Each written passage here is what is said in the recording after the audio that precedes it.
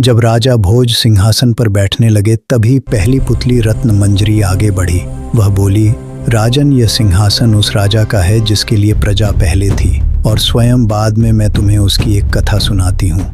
एक बार उज्जैन में भयंकर सूखा पड़ा, नदियां सूख गईं, खेत बंजर हो गए, लोग भूख से तड़पने लगे। दरबार में मंत्री बोले, महाराज, राजकोष सीमित है, यदि सबको अनाज बांट दिया तो खजाना खाली हो जाएगा। लेकिन राजा विक्रमादित्य शांत रहे। उन्होंने कहा, खजाना प्रजा के लिए है, यदि प्रजा ही नहीं रहेगी तो इस सिंहासन का क्या मूल्य। उन्होंने राजकोष खोल दिया, अनाज, धन, वस्त्र सब बांट दिए गए। कुछ दिनों बाद एक वृद्ध साधु दरबार में आया। वह अत्यंत दुर्बल था। साधु ने कहा, राजन, मैंने सुना है आप दानी हैं, मुझे ऐसा दान चाहिए जो कोई राजा न दे सके। दरबार में सन्नाटा छा गया। राजा ने मुस्कुराकर कहा, मांगो, क्या चाहते हो। साधु बोला, मुझे आपका सिंहासन चाहिए। दरबार हिल गया। मंत्री चिल्लाए, असंभव। लेकिन विक्रमादित्य उठ खड़े हुए। उन्होंने अपना मुकुट उतारा और सिंहासन छोड़ दिया। उन्होंने कहा, यदि मेरे त्याग से किसी का कल्याण हो तो यह सौदा सस्ता है। तभी वह साधु तेजस्वी रूप में प्रकट हुआ। वह कोई साधारण मनुष्य नहीं था, वह देवता थे जो राजा की परीक्षा लेने आए थे। देवता ने कहा, हे राजन, तुमने सिद्ध कर दिया कि तुम्हारे लिए सत्ता नहीं, धर्म और त्याग सर्वोपरि है। और सिंहासन पुनः प्रकाश से भर उठा। कथा समाप्त कर रत्न मंजरी ने राजा भोज की ओर देखा और पूछा, राजन, क्या आप भी सिंहासन त्याग सकते हैं यदि धर्म उसकी मांग करे। राजा भोज मौन हो गए। सिख सच्चा राजा वही है जो सिंहासन का नहीं, धर्म का सेवक हो।